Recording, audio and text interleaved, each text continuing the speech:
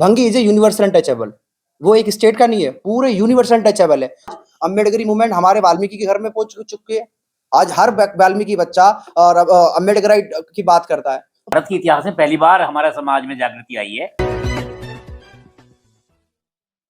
तो इस समय हमारे साथ एडवोकेट सचिन ढींगिया जी हैं। सचिन जी, दिल्ली जो आरक्षण में वर्गीकरण की लड़ाई लगातार आगे बढ़ती हुई है, लेकिन पिछले 6 महीने से रोडे खामोश है। हाँ, सोसाइटी में जरूर इसका एक मैसेज गया है।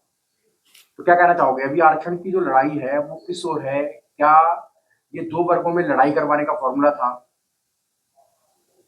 थोड़ा स्पष्ट करें। पहली बात तो मैं बता दूं कि ये 2 वर्गों में लड़ाई का कभी माहौल था ही नहीं। आज जो ये डेलीगेशन आया, आज साउथ से डेलीगेशन आया, आंध्र प्रदेश से, तमिलनाडु से और कर्नाटक से और तेलंगाना से, काफी लोग थे वहाँ के और सुप्रीम कोर्ट के एडवोकेट भी थे। हमने यही बात करी कि जो सब क्लासिफिकेशन को हम लागू कैसे कराएं, तो वो अलग बात है। लेकिन मैं आपको बता देना चाहता हूँ कि जैसे कि एक्सक्लूजन, एक वर्ड एक्सक्लूजन, कि जब 1931 में जे छटन कमीशन बना तो उसमें सिर्फ 64 कास्ट को आइडेंटिफाई किया गया कि उनको उनके साथ अनटचेबिलिटी होती है। तो रिजर्वेशन जो है वो अनटचेबिलिटी के बेस पे बना। लेकिन आज देखो आपकी अनटचेबिलिटी मायने किसके, कौन सी जाति के साथ सबसे ज्यादा होती है? जब 64 कास्ट को जब नोटिफाई किया गया कि 64 कास्ट के साथ अनटचेबिलिटी होती है। आज भारत सरकार जो 1950 में जो रिजर्वेशन बना, उसके अंदर 436 जाति जोड़ी गई पहले फर्स्ट शेड्यूल में। अब वो शेड्यूल बढ़ता चला गया। आज भारत के रिजर्वेशन जो मिल रहा है वो 1109 जातियों को मिल रहा है एससी में। क्या मैं यही बात पूछना चाहूंगा सबसे, क्या उन सभी जातियों के साथ जातिवाद के एक ही मायने हैं, अनटचेबिलिटी के एक ही मायने हैं, या बैकवर्डनेस के एक ही मायने हैं? मैं मार्क लेंटर को आपको इसमें बताना चाहूंगा कि मार्क लेंटर ने अपनी किताब कंपेटिंग इक्वलिटीज में लिखा कि भंगी इज ए यूनिवर्सल अनटचेबल। भंगी इज ए यूनिवर्सल अनटचेबल। वो एक स्टेट का नहीं है, पूरे यूनिवर्सल अनटचेबल है। तो क्या सबसे ज्यादा जरूरत क्या कास्ट को नहीं होनी चाहिए, भंगी को नहीं होना चाहिए? कि आप ये देखो कि आज मैं देखता हूं कि सबसे ज्यादा जो जातिवाद है सिर्फ एक कास्ट का होता है, सिर्फ भंगी के साथ। क्योंकि उसका जो आप देखना कि अगर कोई भी इस 1109 जातियों में जो अनटचेबिलिटी होती है सबसे ज्यादा इसी कास्ट के साथ होती है। इसको अलग से नोटिफाई किया गया कि ये अनटचेबल कास्ट है। लेकिन अगर आज रिजर्वेशन की बात आती है या बेनिफिट की बात आती है तो इस रिजर्व इसको बोलते हैं कि ये बहुत डोमिनेंट कास्ट है, ये मजबूत है। लेकिन मजबूत है तो सोशो इकोनॉमिक दायरा तो हमारा देखेंगे ना आप, हमारा सोशो इकोनॉमिक दायरा भी देखेंगे आप, हमारा एजुकेशन, हमारा बैकवर्डनेस देखेंगे आप। लेकिन आप नहीं देख रहे। आपको क्या दिख रहा कि बस इनको ना मिल जाए किसी भी तरीके से। जो सो कॉल्ड बहुजन है, उन्होंने हमारे बारे में ये गलत इंपैक्ट सोसाइटी में फैला रखा कि ये सबसे ज्यादा लोग इनके सफाई कर्मचारी है, इनकी 70-70 हजार सैलरी है। आप मुझे बताओ, क्या इस 70 हजार सैलरी से क्या हमारा बैकवर्डनेस हमारी कम हो गई? सोशो, अगर इकोनॉमिक फॉरवर्ड भी, लेकिन सोशो पॉलिटिकल और एजुकेशनली तो हम आज भी बैकवर्ड है। अगर ये बेनिफिट, अगर इस बैकवर्डनेस को दूर करने के लिए अगर हमें रिजर्वेशन मिल भी रहा है, तो रिजर्वेशन में सब क्लासिफिकेशन हो रहा है, तो आप दिक्कत किस बात की है? आपको तो भाईचारा बढ़ाना चाहिए और हम हमारे गले लग के हमें अप्रिशिएट करना चाहिए। कम से कम आज अम्बेडकरी मूवमेंट हमारे वाल्मीकि के घर में पहुंच चुकी है। आज हर वाल्मीकि बच्चा और अम्बेडकर की बात करता है। पर भैया हम सोचते हैं कि लड़ाई जो है, जो उन्होंने बना रखी है चमार वर्सेस वाल्मीकि, ऐसा नहीं है। अब हम इस लड़ाई को सुप्रीम कोर्ट में दोबारा लड़ने जा रहे हैं। और दोबारा जैसे हरियाणा में आपने देखा होगा कि हरियाणा के लोग बहुत खुश हो रहे हैं कि हरियाणा में रिजर्वेशन लागू होगा, लेकिन उनको ये समझ नहीं आता कि उसके अंदर भी कितनी विसंगतियां हैं। उस विसंगत को आइडेंटिफाई नहीं कर रहे। अभी आप देखो कि चंडीगढ़ में चमार महासभा ने फिर पिटीशन लगा दी है, लेकिन उनको खुद मालूम नहीं कि वो पिटीशन हमारे काम आने वाले। उन्होंने खुद बोला है कि जो ये पुराना आंकड़ा है 94 तक का, उसके अंदर न्यूमेरिकल नहीं है, तो न्यूमेरिकल बेस नहीं है। तो मैं कहता हूं कि कम से कम उनकी पिटीशन की वजह से ये न्यूमेरिकल डाटा हमें मिल जाएगा। तो ये हमारी मांग है आने वाले समय में कि न्यूमेरिकल डाटा आइडेंटिफाई होके इसको रिजर्वेशन हमें प्रोवाइड किया जाए और ये रिजर्वेशन में सब क्लासिफिकेशन किया जाए। तो मोबिलाइज किस तरीके से कर रहे हैं इस पूरे मिशन में? ये मोबिलाइजेशन जो अभी हमारी जो कमेटी है, मोबिलाइजेशन का कार्य है, हम लगातार कर रहे हैं। राजस्थान में भी हम गए थे, वहां पे भी जन चेतना यात्रा चल रही है। तो समाज के अंदर चेतना तो है और समाज के अंदर समझ भी आ चुकी है कि रिजर्वेशन का बेनिफिट हमें नहीं मिला अब तक, और अब कैसे मिलेगा इस बात को हम आइडेंटिफाई कर रहे हैं।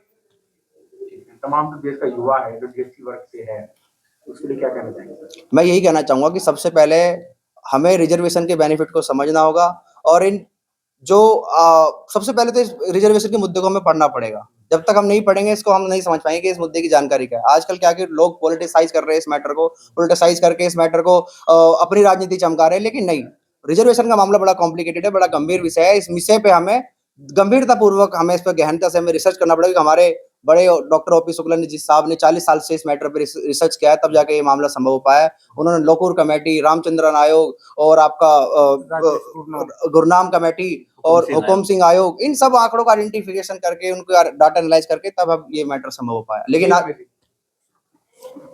इस पूरे मामले पे 6 महीने का सफर तय हो चुका है सर। आगे की लड़ाई सचिन जी ने में काफी एक्सप्लेन कर दिया, अगर कुछ है तो आप कुछ बात करिए। नहीं, ये पूरे देश में तो एक लहर सी आई है बहुत लंबे अरसे के बाद। मतलब आज़ादी के बाद का मतलब भारत के इतिहास में पहली बार हमारा समाज में जागृति आई है।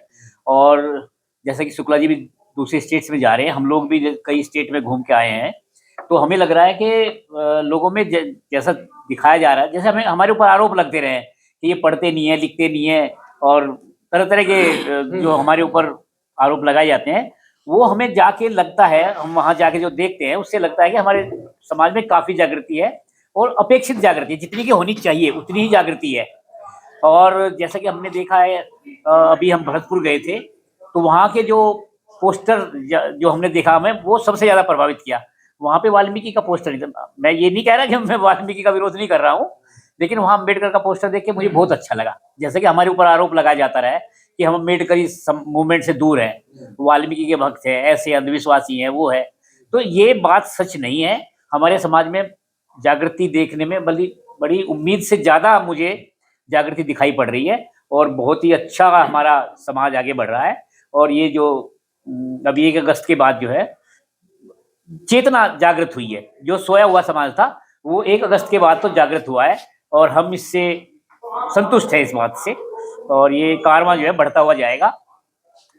जी जी, गौरव, धन्यवाद। एडवोकेट गौरव मेरठ से बहुत अच्छे एक्टिविस्ट हैं।